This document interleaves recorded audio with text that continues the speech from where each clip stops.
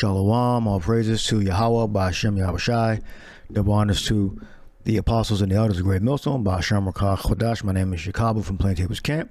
To the apostle Ariam Lab, his video, as he's airing now, is a live stream.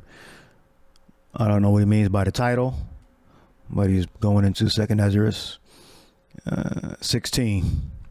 So let's listen in. Powder at his presence, right? And that's how he's coming. He's coming to bring unleash hell. The earth quaketh, and the foundation thereof, the sea riseth up with waves from the deep. Why? Because when those missiles hit, they're going to cause great earthquakes, and that great earthquake is going to cause a shift in the planet, and that shift is going to cause the waves of the sea to get larger and larger. So not only is America going to be totally on fire, the earth is going to be rocking to and fro. Tsunamis are going to be coming. Buildings are going to be falling all over the place. People are going to be horrified. A lot of them are going to die of strokes, of heart attacks, because it's going to be a horrible time that was never since there was ever a time, even to this day. And never shall it be this way ever again. And that's why this is going to be the final war to end wars. And that's why it says that once this devil goes down, there's not going to be any more wars. So ain't going to be no holdouts. God ain't going to rule for 2 seconds, 3 seconds. Okay? It says, and the waves of it are troubled, and the fishes thereof also before the Lord and before the glory of his power. Yeah, because even in Ezekiel 38, it speaks about the birds in the heavens are going to shake. I believe it even speaks about the fish in the sea, if I'm not mistaken, For strong is the right hand, is his right hand that bendeth the bow. See, and Manhattan just happens to be called, the name Manhattan means place where we get the bow. And they happen to call this project, which created the missile, the first atomic bomb, which when Oppenheimer saw it, he said, he quoted the scripture in the Bhagavad Gita, I am become death, the destroyer of worlds. And they happen to call that the Manhattan Project. The Lord got this devil in a trick bag. He don't even see it. Matter of fact, I'm gonna come back to that, but let's go to Psalms. Surely thou didst set them in slippery places. Thou castest them down into destruction. So he put them in a bad position. They thought they were in a good position because they had power over the earth. They got rich. They had people, groveling after them. They had people under their iron fist. But that same power that you have and the same technology that was given to you, it was given to you so that you could destroy yourself. It'd be the very. You go to Psalm 73:18. Surely thou didst set them in slippery places. Thou castest them down into destruction. So they're set in a wicked place because they have success. We look up Chalaka or Chalakwath in the whole word. In Chalakwath, slippery places, in places where they're being flattered. Down here, slippery places, smooth flattery, flattering things. So they believe they're getting success, and they've become flattered. So they're moving forward with their plans, and they don't understand that it's for their destruction. They think they're getting all the success because they're going to win. No, they're getting success so they can be destroyed ultimately. Yeah, they got the drug program rolled out. They got people stupid, scared. Everybody hates each other. They're rich. They have your mind locked down on their program, your body locked down, what you want to buy next locked down. So they believe that they're going to be successful. But that's in English it's described as a slippery place. All right, bring the word back up again. All right, figurative of situation of the wicked, smooth. So they're in a slippery place. Smooth, to be smooth, flattery. See what it says up here. smooth, flattery. All right. So they're being flattered.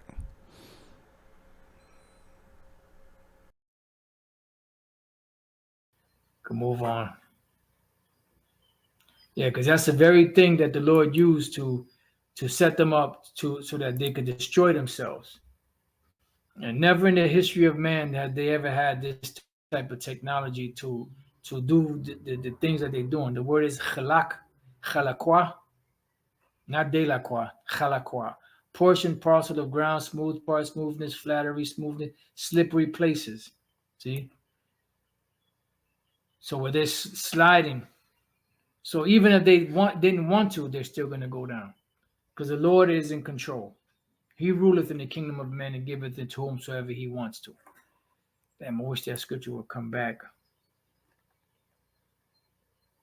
Surely thou didst set them in slippery places, thou castest them down into destruction.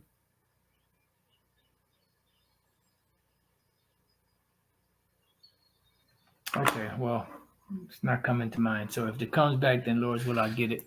So back in 2 Ezra 16 and 12, the earth quaketh, and the foundation thereof, the sea ariseth up with waves from the deep, and the waves of it are troubled, and the fishes thereof also before the Lord and before the glory of his power.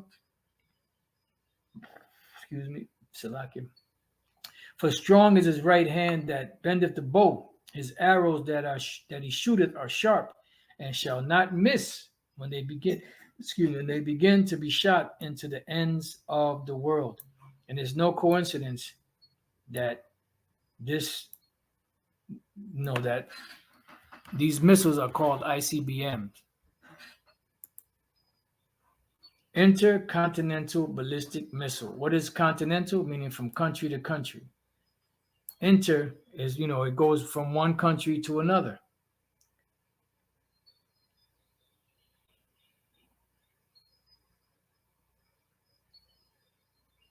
So an intercontinental ballistic missile, ICBM, is a ballistic missile with a range greater than 5,500 kilometers or 3,400 miles.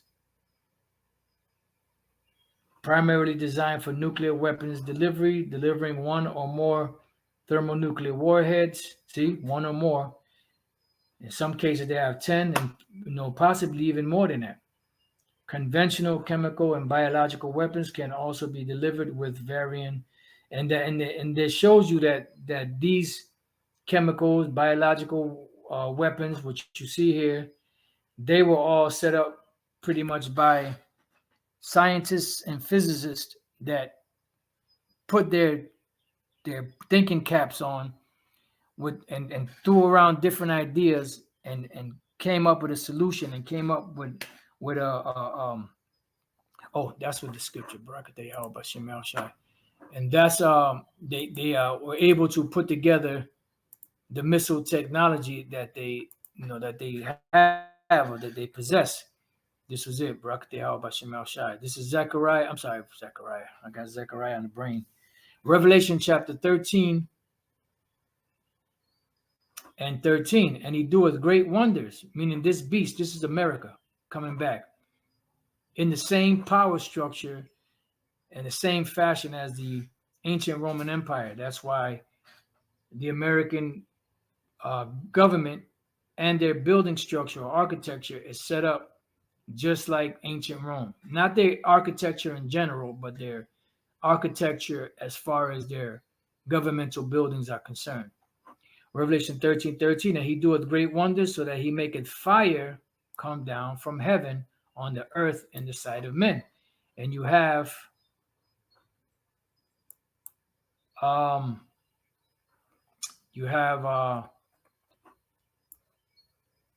the plains,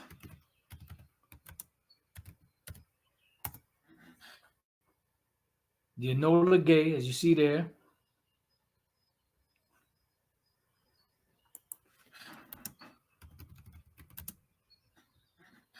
Enola Gay dropping bomb.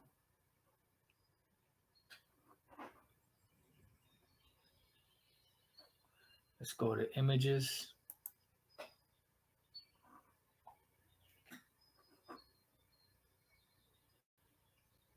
Let's see if they show goes a missile right there. So they Enola Gay dropped the bomb on Hiroshima. As you can see here, they're dropping a bunch of bombs, and then this right here, that's when they dropped it. And when they showed in the movie, when they actually first tested the atomic bomb, they show you how the when the detonation happened, they show you that big fireball shooting up into the heavens, and I see why the Apostle John and Prophet Isaiah said that it was like the heavens being rolled together as a scroll. And then when you look at the movie, it showed you that the fire was like reddish, and then you had like black from the smoke, and it made me think of the scripture in Revelation 9 where it speaks about Jacinth. You know, like when you look up the word Jacinth, right? Let me see.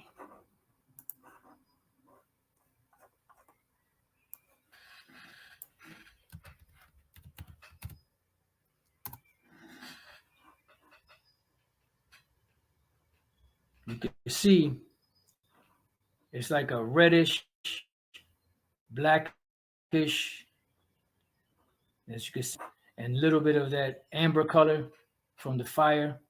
This is Isaiah 57 and 13. So the apostles warning us, and he's warning the people that a destruction is going to come to Babylon, America, and to the world. But America is the only place that's going to be completely destroyed. The missiles, the ICBMs, are the Lord's armies. So our job as a prophet is to warn you before it happens. It says Isaiah 57:13, when thou criest, let thy companies deliver thee.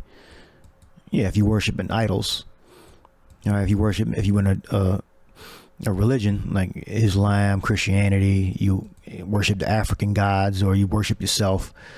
When you start to suffer, let those gods, let your belief system help you. When thou criest, let thy companies deliver thee. But the wind shall carry them all away. Vanity shall take them. But he that putteth his trust in me, is Yahweh Bashem Yahushai, shall possess the land and shall inherit my holy mountain. And shall say, cast ye up, prepare the way, take up the stumbling block out of the way of the people. So we know not to get comfortable here. So the prophet is going to constantly tell you, this is we're pilgrims here. All right, we're preparing to inherit the kingdom. All right, so our lives have to be ordered aright. So we have this is our temporary place of abode. All right, take up the stumbling block out of the way of the people. Yeah, buying a farm, building the houses. Buying a farm, investing into a multi-million dollar business that's going to you get generational wealth. Having that mindset it's not going to last. A prophet's not going to be thinking about generational wealth.